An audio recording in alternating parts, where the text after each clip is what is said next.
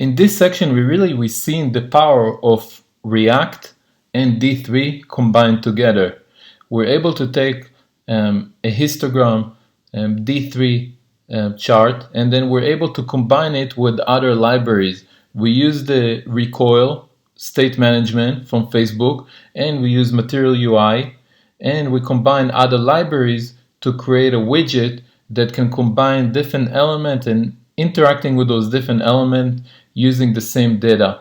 And we're really seeing what D3 is really good about, which is doing all the calculation for a chart, and how React can still keep be in charge of the DOM, and how we can take over when we want, and how we can integrate it all together, and we can create a really interesting charts and elements and widgets. So I want to first to congratulate you to reaching this section.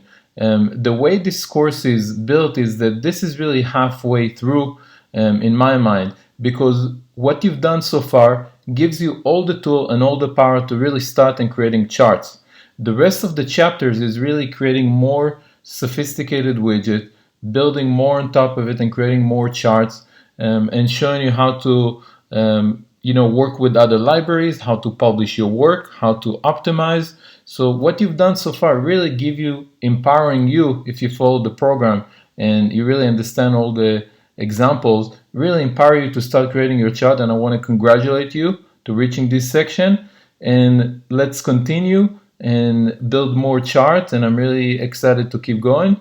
I just wanted to stop for a second and congratulate you.